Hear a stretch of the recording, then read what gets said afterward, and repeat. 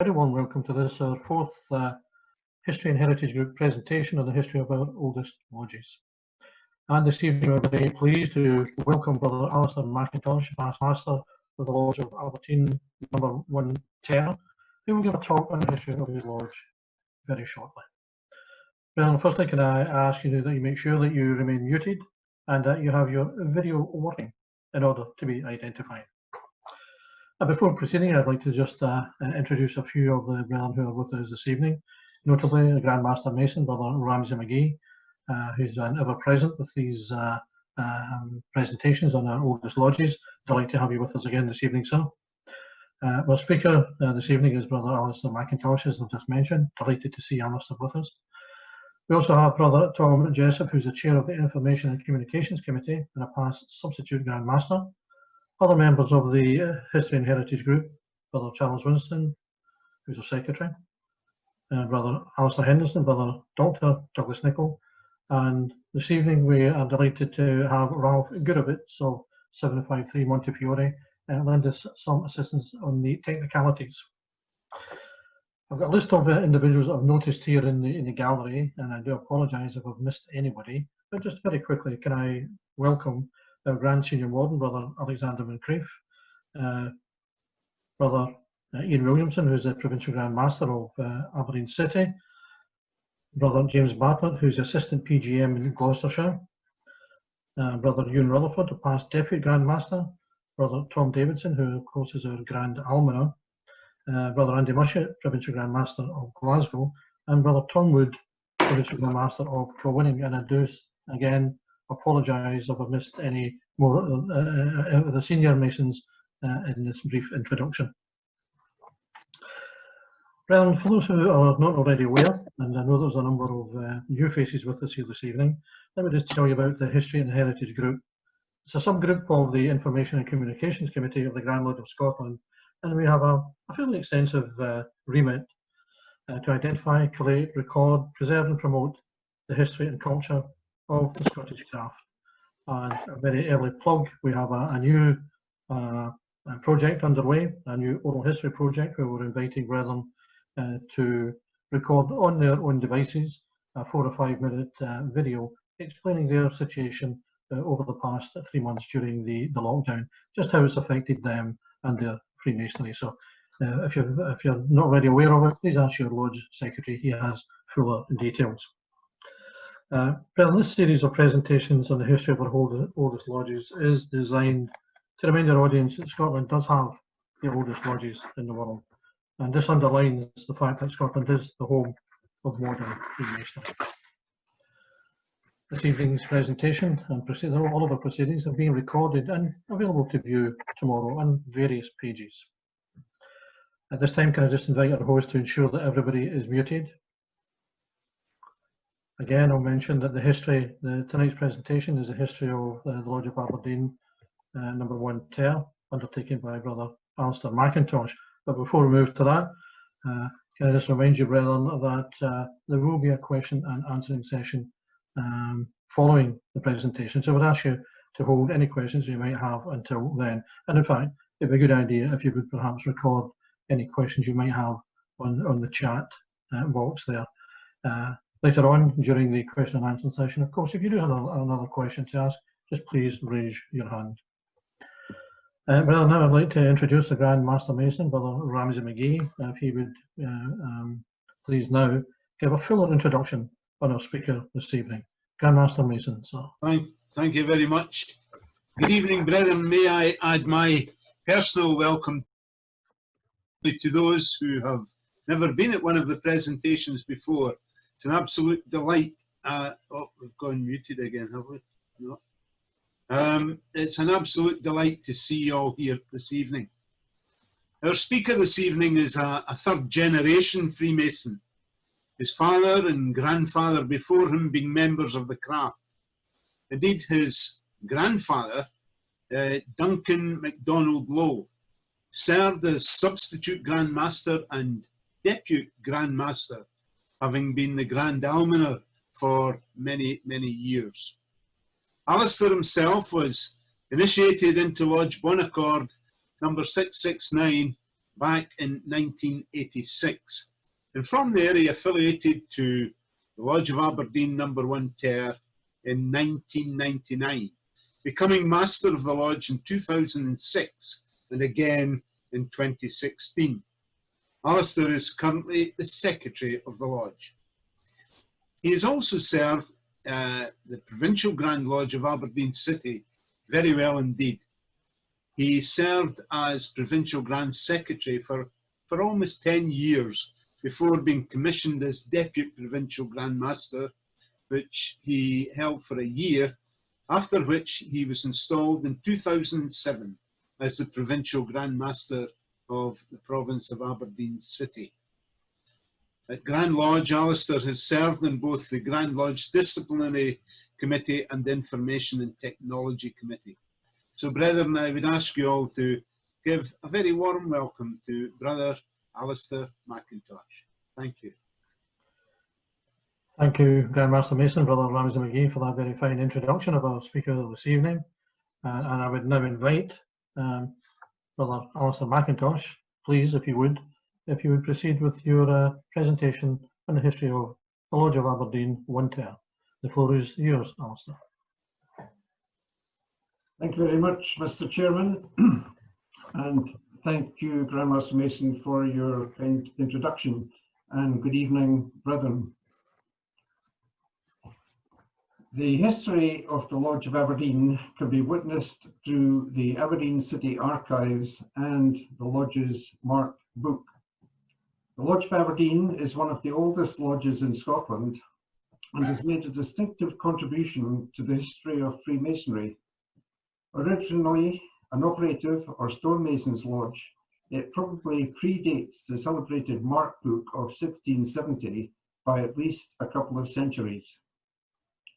The first reference to a mason in Aberdeen occurs in 1264, when it is recorded that Richard Sementarius, Richard the Mason, was paid 20 marks for repairing the Castle of Aberdeen, and who in 1272 became the first provost of the borough and is now considered to be the architect of the Brig o' Balgownie. Rebuilding of St Macher Cathedral was commenced under Bishop Kinnermond in 1357, and who, according to tradition, engaged a master mason, Andrew Scott, from Melrose, who brought with him other masons, and who are said to have introduced St John's masonry to Aberdeen. And it is thought that it was these stonemasons who first laid the foundation stones of a Masonic lodge. The archives of the city of Aberdeen hold some of the finest and most complete collection of medieval and early modern borough records in Scotland, and date from 1398. And it is in these registers, dating from the mid-15th century, that mention is continually made of the buildings being erected by masons, including iconic Aberdeen structures such as St Nicholas Church, the Mother Kirk, King's College from 1498. King's College was founded by Bishop Elphinston under a papal bull issued by Pope Alexander VI in 1495. The crown is a very interesting piece of the college. It is an imperial crown, not a royal one, and the significance of this is often missed.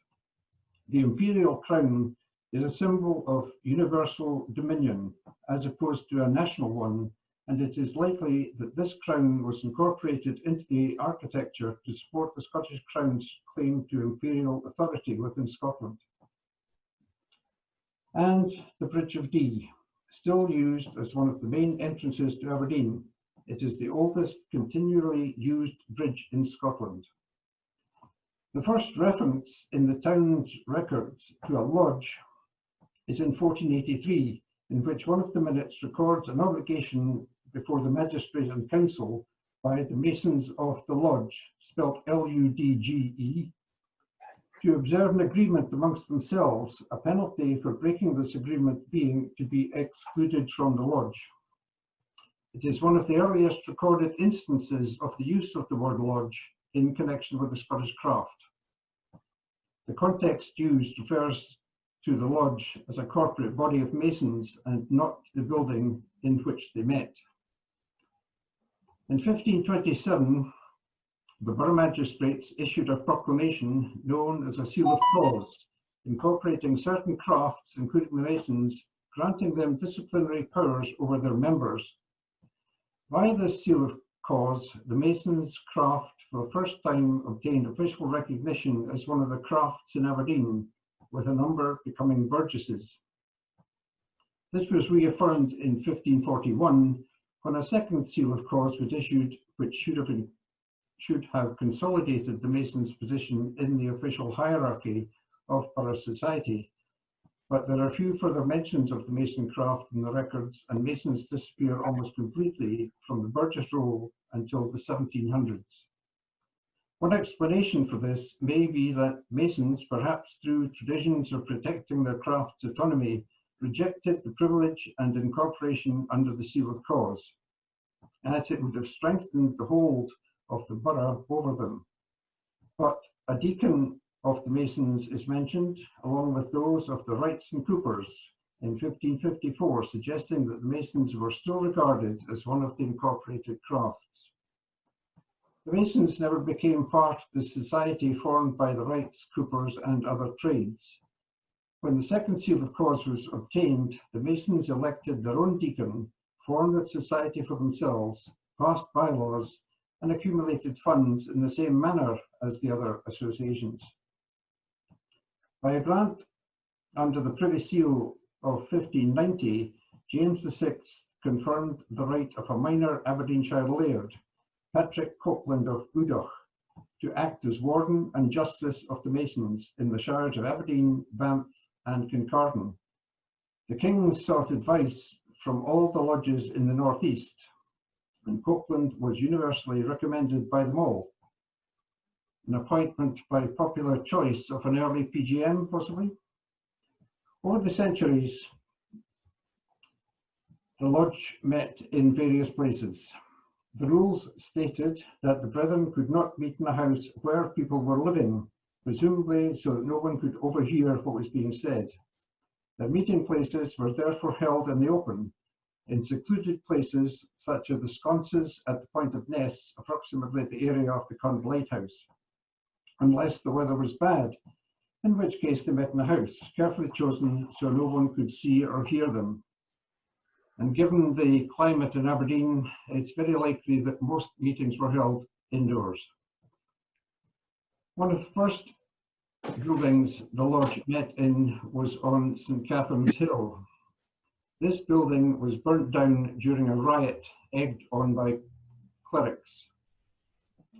This was, this was the time of the Troubles, a name given locally to the various early Covenanter bishops' wars, which led directly to civil wars in each of the three kingdoms of Charles I. The town was fined several times by each side, and the various craft guilds had to pay their share.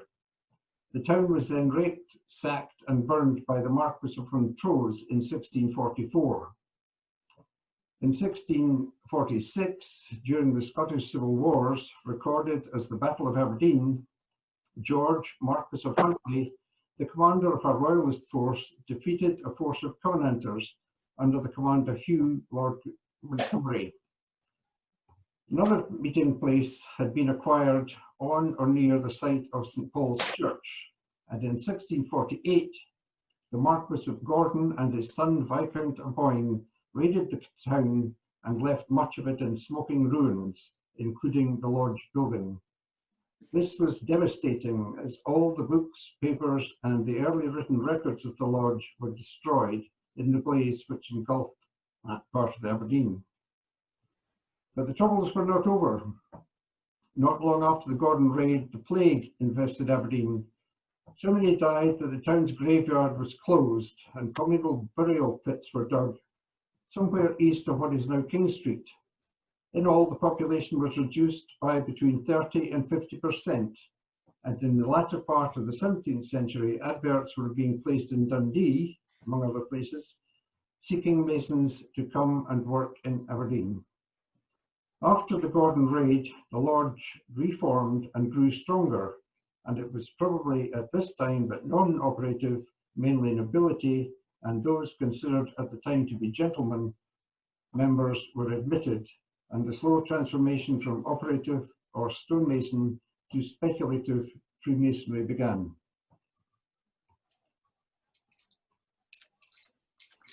By 1700, the lodge was strong enough to purchase a croft called Futtismere. They built a meeting place on part of the land where they were to meet for the next 55 years. And a 1732 print shows the lodge of the Freemasons as an isolated little house hidden by a hillock from the rest of Aberdeen.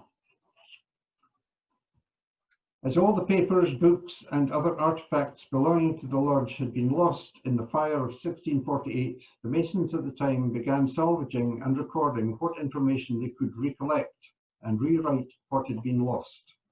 All this was gathered together in what was to become the Mark Book, dated 1670. Being supportive in the creation of the Grand Lodge of Scotland, the Lodge was represented at the inaugural meeting of Grand Lodge in 1736, becoming a founder member. A charter of ratification and confirmation was issued by Grand Lodge in 1743 and included the following. It is made appear by an extract of some of their old writings mentioned in the memorial and other documents produced, that in the year 1541 there had been a regular lodge formed in Aberdeen, declaring their presidency in the Grand Lodge to be and commence from the 26th day of December 1670. Given at the Grand Lodge held at St Mary's Chapel in Edinburgh, this 13th day of November 1743. By the Right Honourable and Most Worshipful James Earl of Weems, Lord Elcho, and present Grand Master. The charter was issued and the number allocated to the lodge was 39 on the roll. Following representation to Grand Lodge, a further charter was issued in 1876, with the number revised from 39 to 34 on the roll. This is the charter in use today. In 1890, the Lodge sent a petition to the Grand Lodge of Scotland in the following terms. That on more than one occasion your memorialists' predecessors have approached Grand Lodge praying that the present number of the Aberdeen Lodge on the roll of lodges of Grand Lodge of Scotland should be altered to such another number as would truly represent its position and antiquity among the said lodges. Your memorialists would seek respectively to remind Grand Lodge of the following facts, establishing the antiquity of the Lodge of Aberdeen.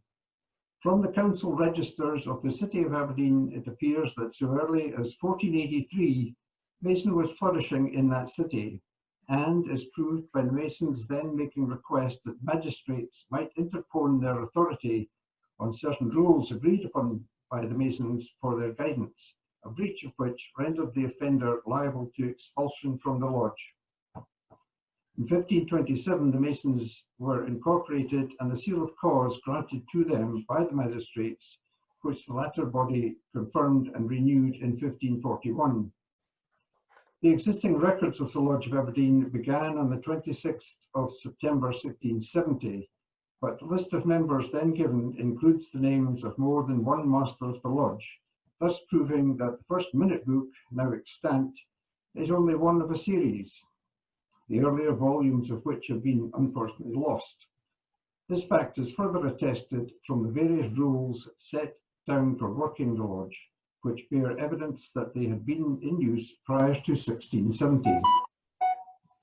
The petition goes on to state, your memorialists would likewise beg to point out to Grand Lodge that a similar difficulty has been overcome in the case of the Lodge of Glasgow, St John, whose number on the roll now stands at 3 bis. They would accordingly beg again to submit their case to Grand Lodge with the certainty of it receiving an impartial consideration, and to humbly supplicate that Grand Lodge would be pleased to restore the Aberdeen Lodge to its proper place in the roll of lodges, in such a manner as may seem best to them. Among those endorsing this petition was the Right Honourable Lord Saltoun, Provincial Grand Master of Aberdeen City from 1889 to 1893, and who was Grand Master Mason from 1897 to 1900. In 1891, Grand Lodge revised the number on the roll of the Lodge to 1 ter, and the charter was suitably endorsed. It is interesting to note that two of the many supporters of this petition were the eminent Masons W.J. Huan, perhaps best known for his revised edition of Mackay's Encyclopedia and his many papers published in Quater Coronatorum, and Robert Gould, one of the founders of Quater Coronati Lodge in 1886. And it is also interesting to note that they both appear in the Mark Book as honorary members. As more of the gentry were admitted, the status of the ordinary operative Masons was weakened, and the differences were brought to a head in 1755 when the Lodge decided to build the new inn on Castlegate. The craft Masons felt the monies being used for the project were depriving their elderly members, widows and orphans of assistance. In due course, the new inn was built next to a townhouse, which included lodge rooms on the top floor. To provide access, separate from the inn, the Masons formed a road at the side, which is still used and known today as Lodge Walk. This was considered the most important hostelry north of Edinburgh, and played host to many noteworthy men in their day, for example, James Boswell and Dr. Johnson during the tour, and also Robert Burns. Unfortunately, the lodge fragmented. The operative Masons left the lodge in the hands of the mainly speculative Masons and founded their new lodge for operative of craft Masons only. The operative lodge, number 150, dates from their charter of 1781 and admitted only stonemasons until, following the Second World War, when the granite industry went into decline, and by the 1950s, most of the granite yards were gone, as were the famous North East Scotland quarries. The lodge carried on, but its membership, having been drawn entirely from the granite industry, and the membership now in serious decline, in 1963, a brave decision was taken in order for the lodge to survive. The lodge decided to admit non-operative Masons. Not only did this save the lodge, but the traditions and rituals of operative Masons were also preserved, for although the lodge is now entirely speculative, it continues to use operative ritual and therefore keeps alive the great history of the Aberdeen Granite Masons. The new inn was sold in 1835, and the lodge continued to hold meetings at various venues in Aberdeen until moving to the Masonic Hall in Exchange Street, where the lodges of the city met until 1910, when the Aberdeen Masonic Temple was consecrated. Now called Freemasons Hall, Aberdeen, it is home to 10 lodges in the province of Aberdeen City. The current Lodge seal dates from 1762 and is based on an earlier one, and the motto, which is taken from Horace, Epistle 1, reads, Commissum tegi et vino tortus et ira, which translates as conceal the secrets entrusted to you, even when influenced by wine or anger. Now, in respect to some of the artifacts belonging to the lodge, I'll show you some examples. The Master's chair, which dates from 1710 and very uncomfortable. The Senior Warden's chair, dated 1709, and again not particularly comfortable. And the Junior Warden's chair, presented by a member in 1895, and has the date 1446 carved on it, and a coat of arms, and the initials GB and MS. This was probably a wedding chair. And I say all are still in use today.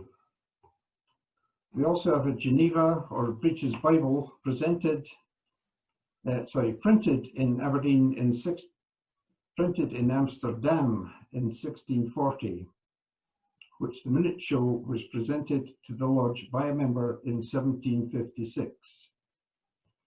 It is recorded that in 1737, the Earl of Kintore presented the lodge with a set of jewels for the use of the master and the wardens, and that a new set for the office bearers was purchased in 1891. But unfortunately, these old jewels had disappeared. In February last year, Brother John Miller, our chairman, sent me a photograph of these jewels, which are on display in a museum in Warwick with the accompanying card. One wonders how and when they got to Warwick. Probably before 1891, as the lodge number is given as 34. And another story to be told. These are the mason boxes or locket kists. The boxes were used to keep the lodge's documents and money from 1700. The one on the left has been in the lodge possession forever, and the one on the right was purchased and presented recently. Its authenticity has not been confirmed, but a romantic view is that it was constructed by James Anderson, and as a glazier to trade, it was not of the same quality as the other, possibly made a bit later. And most importantly, the Mark Book. Very few lodges possess more complete or more interesting records relating to the early days of Freemasonry. And Gould, in his History of Freemason, says many of these documents possess features exclusively their own, while some are unsurpassed by any others of a similar character or interest and value. The Mark Book was written by James Anderson, glazier and master and writer of the book. He was born in 1649 and became a glazier and was admitted to the incorporation of Hammerman. It is unknown when he joined the lodge, but when he started compiling the Mark Book, he was secretary and was master in 1688 and again in 1694. He took the date of 1670 as the starting point for the book, as there had been a major reorganization of the lodge following the losses in 1648. The lodge is considered to be the earliest known to have drafted laws for its own governance. It is outstanding as an effort by one individual to gather together copies of what he, James Anderson, regarded as the key documents required by the lodge. Lists of members, laws, lodge laws and statutes, and the so-called Mason Charter, a version of the old charges. The Mark Book records the names of the members and apprentices of the lodge in 1670. The list of members amounted to 49, made up from fellow crafts or master masons and 11 apprentices. Only about 10 of the 49 names fall within the definition of operative masons. The non-operative members were in the ascendancy by a proportion of about 4-to-1. Of those 38, they consisted of 4 noblemen, a collector of customs, clergy, surgeons, advocates, merchants, and others. The Mark Book is completely handwritten, and along with the names and occupations of the lodge members at the time, and some lodge minutes, it contains a list of rules by which the lodge and its members were governed. There is also a list of rules to govern the benevolent side of the lodge.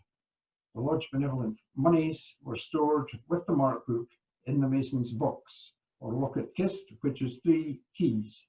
No money could be released from the box unless the 3 holders were present at the same time. The Mark Book also contains material of great interest in the study of early Freemasonry in Scotland.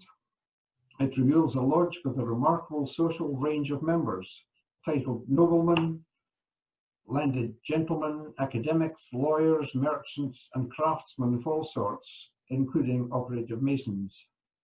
One highly significant passage, which has not received the attention Masonic historians that it merits, deals with one of the most distinctive features of Masonic lodges. At the end of the list of the 49 members of the lodge, Anderson adds a passage which reads, "We entreat all our good successors in the Mason craft to follow our rule as your patrons and not to strive for place. For here you may sit in the order above written, and amongst the rest of our names, persons of a mean degree, craftsmen, before great persons of quality, the noblemen." Anderson felt it necessary to stress that in the lodge, the social hierarchy of the outside world was to be ignored, and it is the earliest evidence in the records of any lodge that Freemasons in their lodges temporarily subverted the prevailing principles of social hierarchy. This is then followed by an additional list entitled, "Here begins the names of our successors of the Mason craft in order as follows as Master Masons." The book has been in continuous use ever since that date, every new entrant and affiliate being recorded, with the most recent entry being at our last meeting in February this year. The name James Anderson should be familiar to English Freemasons as the principal author of the 1723 Constitution of the Freemasons, commissioned by the Grand Lodge of England. Excuse me.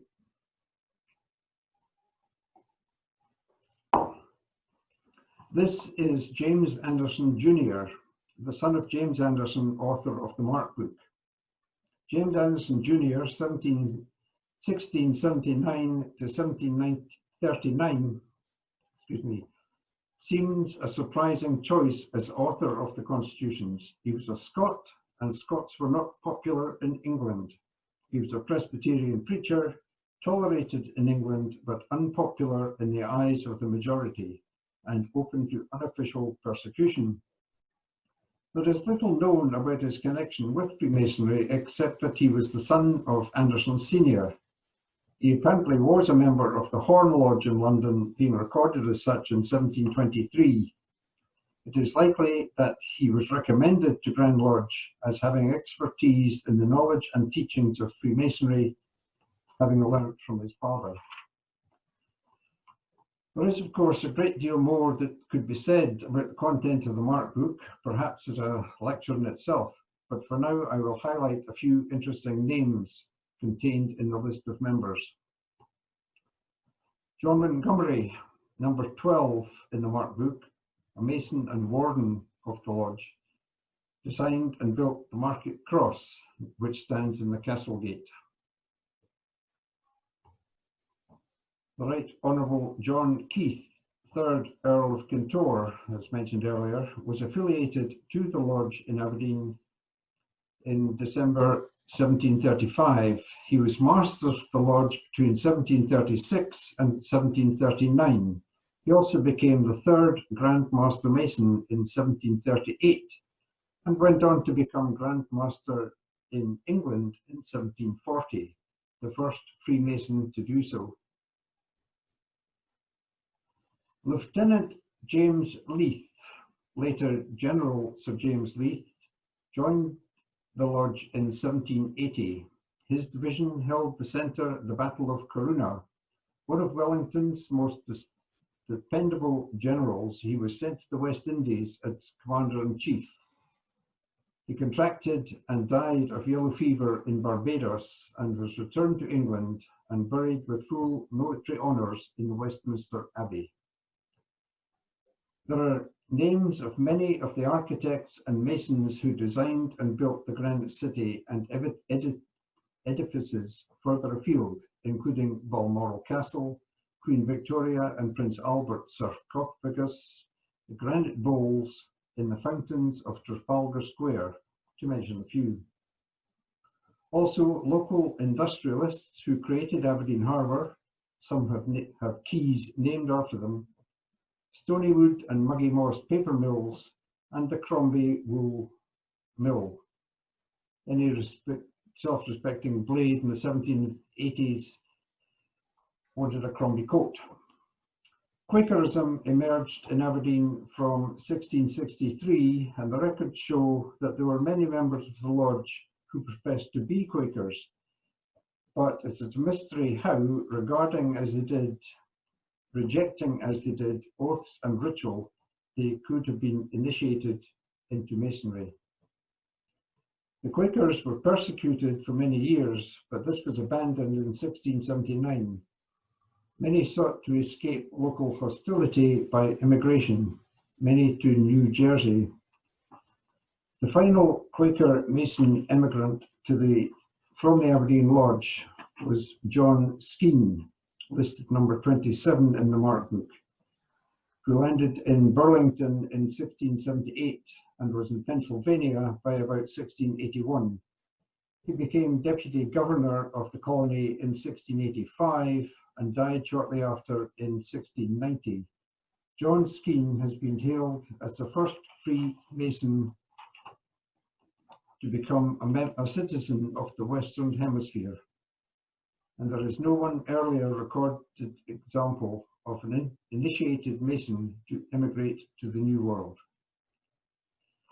There are many more examples of noteworthy members of the Lodge that could be given, but moving to more recent times, the Provincial Grand Lodge of Aberdeen City and those of Aberdeen Shires East and West were constituted in 1827. 3 of the first 4 Provincial Grand Masters of Aberdeen City were members of the Lodge of Aberdeen, and on a further 4 occasions, past Masters of the Lodge have had the honour to become Provincial Grand Masters. The Lodge of Aberdeen No. 1 Ter is today in very good heart. The current membership continues to be an eclectic mix of professions and has more recently introduced many younger members into the craft, ensuring that the Lodge will remain healthy and prosperous for generations in the future. And finally, preparations were well in hand for celebrating the 350th anniversary of the 1670 Mark Book and the rededication of the Lodge by a large deputation from the Grand Lodge of Scotland in April this year. Unfortunately, due to the ongoing COVID-19 pandemic, these celebrations have been deferred until April 2021, when we hope to complete the semi-centennial anniversary. Thank you for your attention. Brother Alistair, may I, on behalf of the brethren assembled, thank you for a very well-researched and very well-presented paper on the Lodge of Aberdeen 1 Ter. Excellent, sir. You should be very proud of what you put together for this presentation this evening, and of course you'll be very proud of your ancient lodge. We'll now move into a question and answering session. And first of all, I would ask Brother Charles Winston, the Secretary of the History and Heritage Group, if he'd be good enough to read out any questions that have been posted in the chat box as starters. Brother Charles Winston, do we have any? Thank you, Mr. Chairman. Yes, we have quite a number of questions, Mr. Chairman, some of which can be grouped together. To begin with, a question from Brother Scott Harrison, asking about the origin of the motto of the Lodge and how it came to be chosen. It's from Horace Epistle 1. I don't know how it came to be chosen. We also have questions about...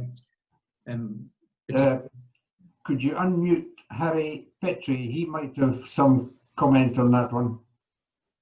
I think brethren can unmute themselves if they wish to speak. Okay, the Horace question, is that the one you're speaking about? Yes.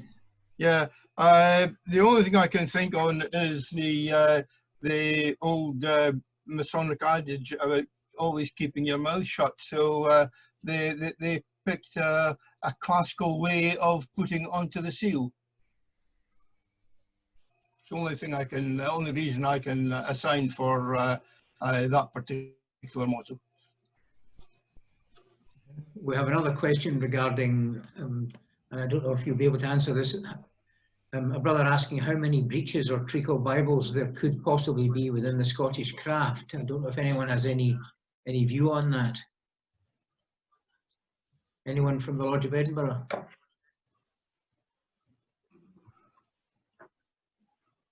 Well, we know Edinburgh's got one, Aberdeen's got one. What about Glasgow, Melrose? Number two's got one of each.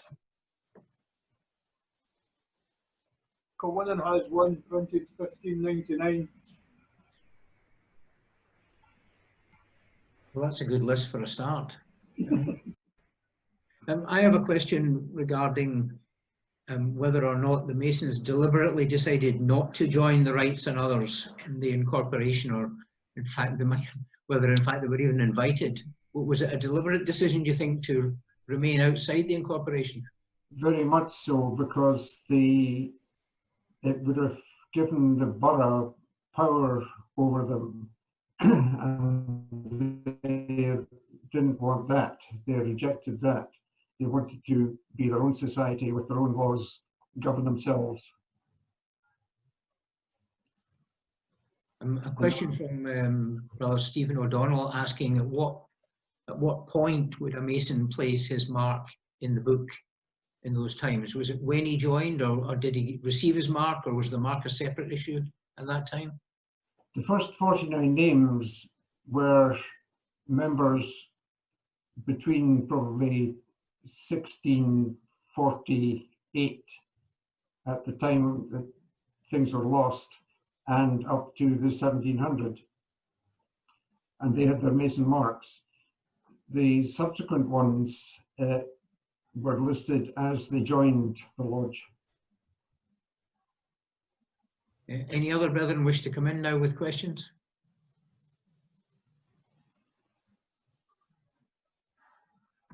I think that's all we have for the moment, Mr. Chairman. If I can just one clarification on what Alistair was saying about the mark. There is no, as far as we know of, a record of a thing like a marked degree, but there is in the earliest minute books that we have, there is reference to the mark and to mark masons, but it doesn't stipulate what they are or what they were. Clearly in the cathedrals and other buildings from the PowerPoint presentation, there were marks made. These are Mason's marks that have been found on these structures and noted over the years, collected. Could I ask a brief question? Yes, please go ahead. Yes, I was very intrigued by your lecture, and thank you very much for that. I mean, you mentioned that you had a building in Futtersmire, which was a purchased croft. But prior to that, did I pick up that you had lodge premises in St. Catherine's? And if so, was it a purpose-built place, or was it just something that you purchased? The earliest one kind of known on St. Catherine's Hill would have been built of wood, as were most of the dwelling type houses in that time. It was only significant structures like cathedrals and churches, castles, that were built of stone. So that was the first one on St. Catherine's Hill. Thank you very much. That's very helpful. For those who don't know where St. Catherine's Hill is, it doesn't exist anymore. They cut the top of it off to fill in the various valleys in the building of Union Street.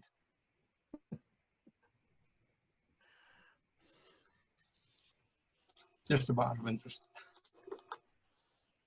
Mr. Chairman, Sandy Marshall, can you hear me? Oh, yes, Andy, I can hear you. Yeah. Just a quick question. I noticed right at the very interesting, Alistair, super, as I expected it to be a very interesting lecture. But right at the very beginning of the lecture, you mentioned the word, and it was actually in type Freemason. Now, you stated that that was around the 13th century. That couldn't surely be possible. And I'm taking it was just a bit of artistic license that you used there. You're probably absolutely right.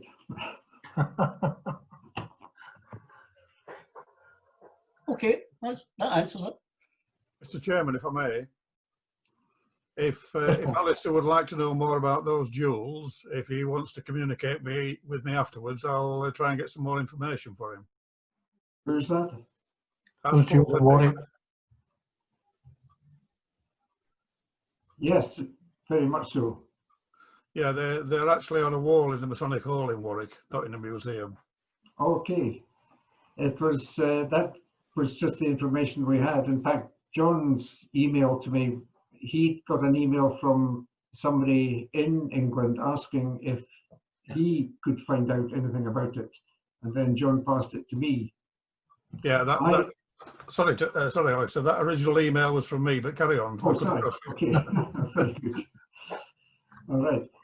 But I, not knowing which museum it was, I wrote to the council in Warwick or Warwickshire to try and find out more about it, but they never got back to me. Well, John's got my email address. John, if you send Alistair my email address, then we can get in touch with each other. Yes. Excellent. I'll pass it on to Alistair and perhaps you can liaise and Yes, Yeah. definitely. We'll do that. We might be able to repatriate him, you never know. We're planning a raiding party down to Warwick to get them back. You failed before.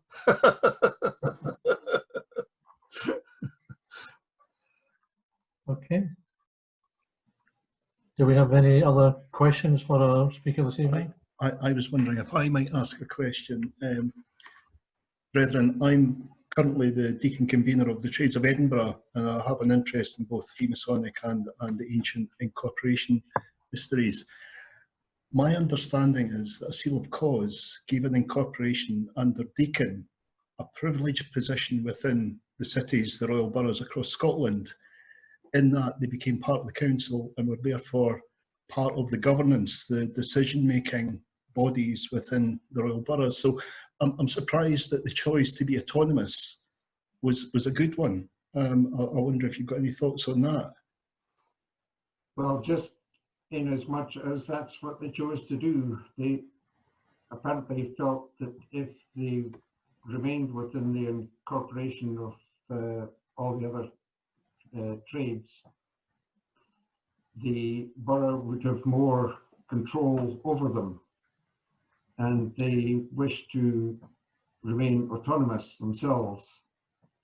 That's interesting, because if they were actually part of the council, then they could have influenced that. It was just from the Middle Ages for places like Aberdeen, Glasgow, Irvine, Dundee.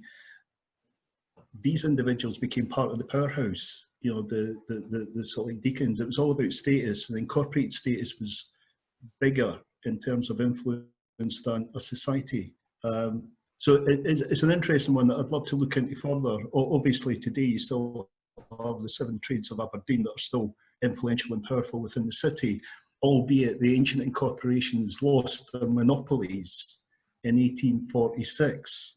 But up until then, as far as I've been made aware, they pretty much reigned supreme within royal boroughs. So it's maybe one to look into further. Possibly, yes, definitely. Just from the records that we have and other research done by the likes of Professor Stevenson and A.L. Miller, that that's the conclusion that they came to, that the Masons felt that they wouldn't have the autonomy that they felt they deserved, and that's why they went their own way. Thanks. Okay. Okay, are there any other questions for Brother Alistair this evening? No? Yeah, Okay. number one. I was intrigued to hear that there was a operative lodge persisting into the 1950s. Was that the last operative lodge, or are there others even still in existence? I wonder whether you would know that, please. The operative lodge in Aberdeen, number 150, was chartered, I think, 1781, thereabouts. They let the operative masons, stonemasons, left the Lodge of Aberdeen for the reasons that I said, that they felt money was being, they weren't happy about money being spent on building the new inn. The money should have been dispersed more to widows and other causes. And they went and they formed their own lodge. But up until 1963, they only admitted stonemasons. So it was very much an operative lodge until 1963. And it was post-war that a lot of the, or most of the quarries shut and the granite works went into severe decline. So there were no stonemasons coming through to join the lodge. And that was, so in 63, they decided to admit non-masons, well, non-stonemasons. And the last, one of the last stonemasons from the operative lodge was Provincial Grand Master of Aberdeen City, unfortunately owned for about 2 years. Harry, do you want to say any more about that? About Alex Smith. Alex Smith, the last one. I knew that there were others in the lodge, but they weren't masons as such. They are in some of the ancillary jobs like stone polishers and such, like one who just died last week before. But the operative lodge was a very active stonemason lodge, both here and abroad. They, during the winter months, they worked here in Aberdeen, preparing stones for buildings, and then during the summer months they would go with the stones and erect the structures. Paris Opera House, the Thames Embankment, Liverpool Docks, the piers at Sydney Harbour Bridge.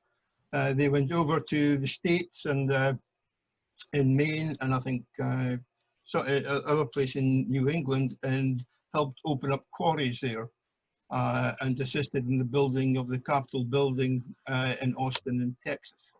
So they were in their, what, 200 years or so of being an purely operative lodge. They were a very busy lodge, and their records contain quite a lot of that information. The minutes. Fascinating, thank you. Okay, Brennan, unless there's any other questions. I have one last question from Brother Alexander McCreef, who says that he understands the Mark book was reproduced by a prestigious firm of printers in Glasgow.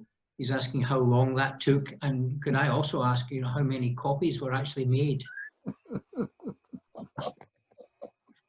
I think we should ask Andy Mushet to answer that question.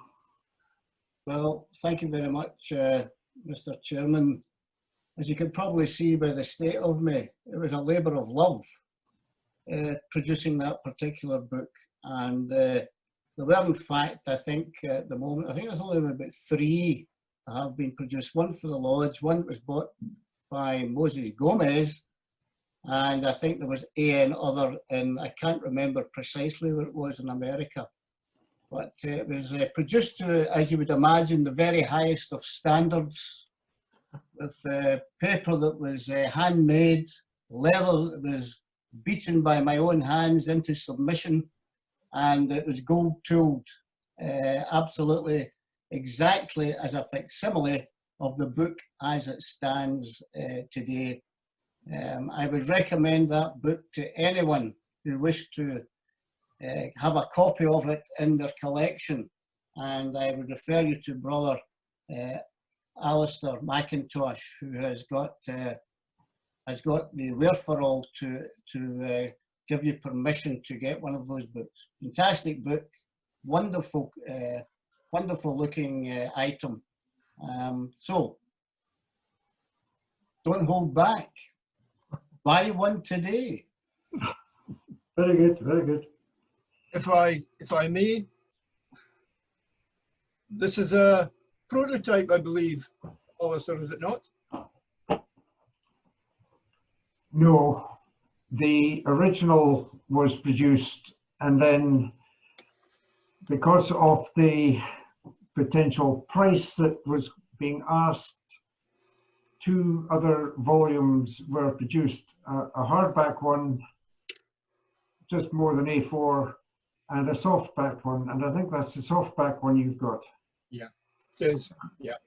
I've got the hardback sitting about 3 feet from me just now. Hold it up, Alistair, hold it up. Just a minute. Keep the price ticket hidden. If you might be interested in why Moses Gomez bought one to take back to the States with him, Alistair mentioned John Skene as the first recorded Freemason in the northern, in the Americas, if you wish, the North America.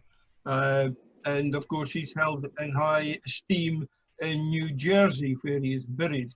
And they consider him as the founder of New Jersey Masonry.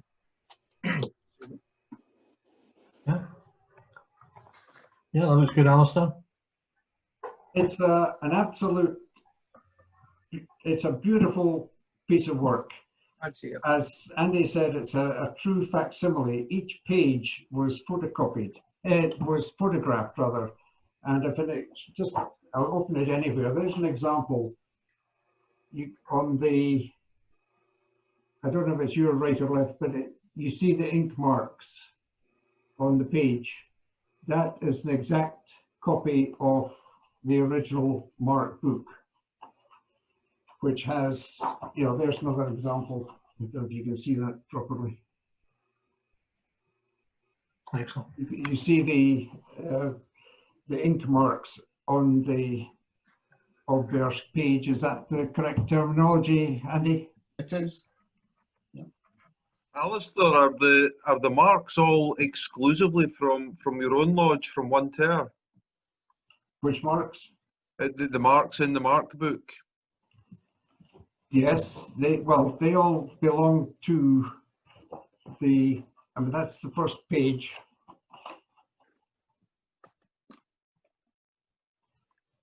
Okay, but my reason for asking is in GKL4s we have recorded in some of the earlier marks are from brethren of other lodges, and I've obviously still got a bit of research to do to find out why that might be. But I was trying to work out if it was perhaps common in the mid 1800s for brethren from visiting lodges to record their marks or not.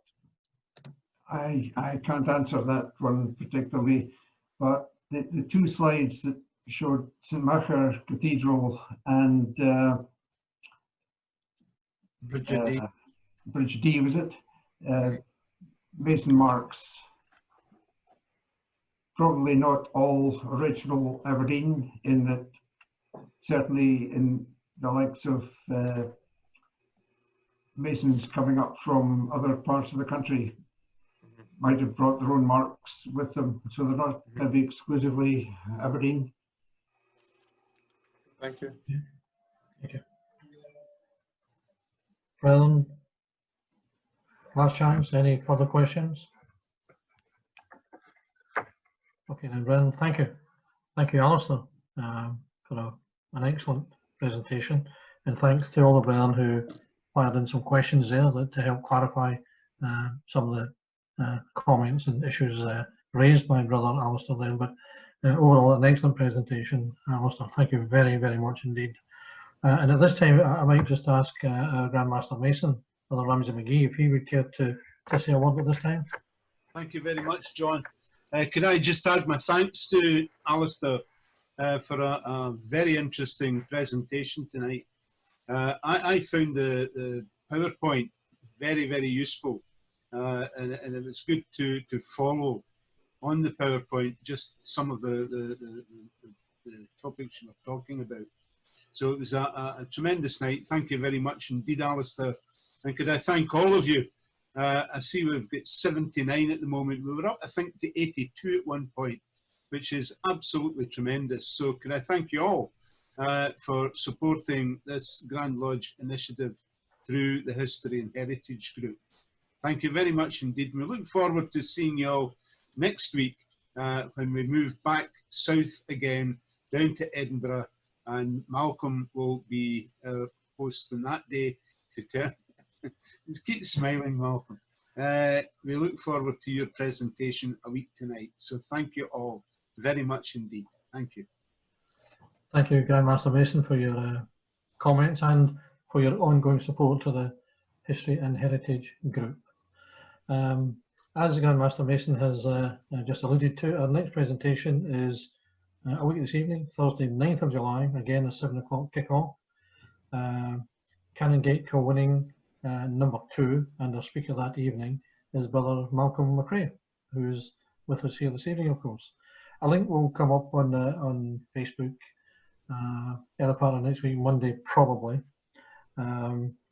Next week, as I say, Canongate co-winning number 2 will be the last in the current series, the first series.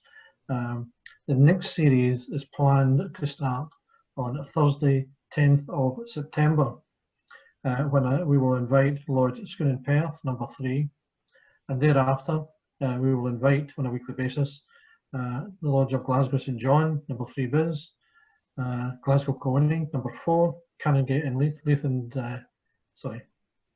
Canongate and Leith and Canongate, number 5, and number 6, the old Inverness co-winning St John's Lodge. I will communicate with each of those 5 lodges over these next few days just to check their availability on the dates in question.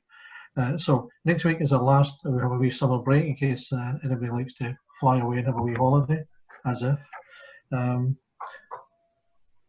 I would just again thank everybody for their participation, for all the lodges who have undertaken the work. It's been tremendous so far, and I have no doubts that Malcolm next week will rise to the standard that we have seen over the past 4 weeks. Just before we move to a conclusion, when we have the open mics just for a few minutes to let you say your cheerios, etc., can I just remind you of the new oral history project as advertised as of yesterday, when we're inviting brethren to tell us about their experiences during the pandemic through creating their own short video, 4 or 5 minutes, details of which they can get from Charles Winson, the initial contact they can get through the Lord Secretary. But I would encourage you, brethren, please give that some thought, and if you are able, please give us that short video that will help will have a place in the history of our lodges. We'll now move, as I said, to open mics if we can, so that you can, brethren, just say hello and a cheerio and etc. But finally, again, Alistair, thank you. Excellent stuff. Well done, sir.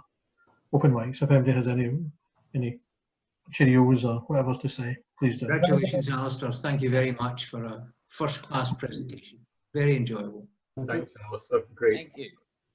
Thank you, Alistair. Excellent presentation. Thank you. Thank you, Alistair. Well done. Thank you very much. Good to see you, brother. Well done, Alistair. Good presentation. See you all. Stay safe, brother.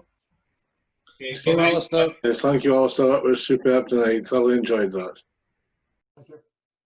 Well done, Alistair. Well done, Alistair. Well done. Thank you, Alistair. Thank you. Paul, I'll be in touch and give you contact from Alistair about those jewels in Warwick. Yeah, lovely. Yes. Thank you, Alistair, and we'll speak soon. I'll get the raiding party sorted out. Take care, everybody. Have a good summer break. Thank you, Paul. Well done, Mr. Chairman. Thank you, Alistair. And Alistair. Great night. Thank you very much indeed. Thank you. Thank you for your support, Andy. Thank you, Brother Alistair, and thanks also to the committee for organising this very enjoyable lecture. Thank you all. Thank you, Alistair from Terry Stoddart.